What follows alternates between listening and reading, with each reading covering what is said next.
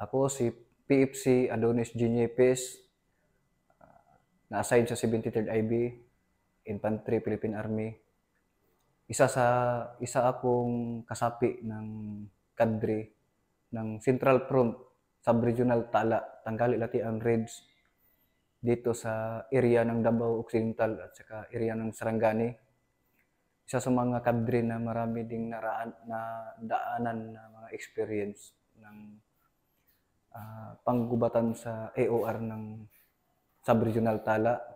Ako isang pamilyado na ngayon na mayroong 3 anak, na 2 babae at 1 lalaki.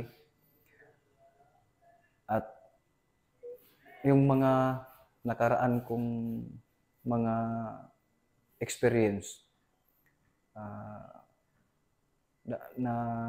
nakukunan ko ng hugot yung 2 kapatid ko na namatay at saka isang kapatid ko doon ay nadamay sa walang saysay na pinaglalaban. Medyo mabigat sa akin, pero sa kasalukuyan medyo natanggap ko naman yung pagkapatay ng bunsong kapatid ko na civilian.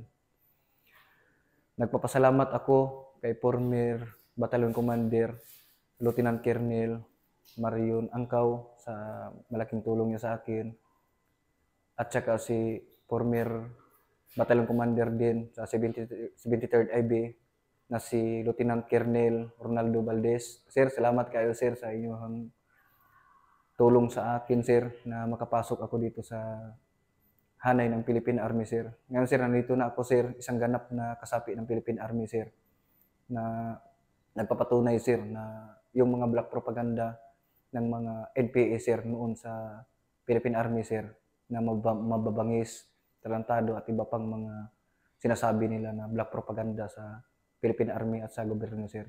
Ako isa na nagpapatunay sir na mali yun sir. At nananawagan na lang din ako sa mga dating nandyan pa sa loob ngayon na mga collective ko sa dating hanay ng pinaglalaban na prinsipyo nila. Samtang maaga pa, balik na kayo sa gobyerno. Huwag kayong mag-alala, huwag kayong matakot, tatanggapin kayo sa gobyerno at saka sa Philippine Army. Basta ang importante, kusang loob kayo na balik loob sa gobyerno. Yan.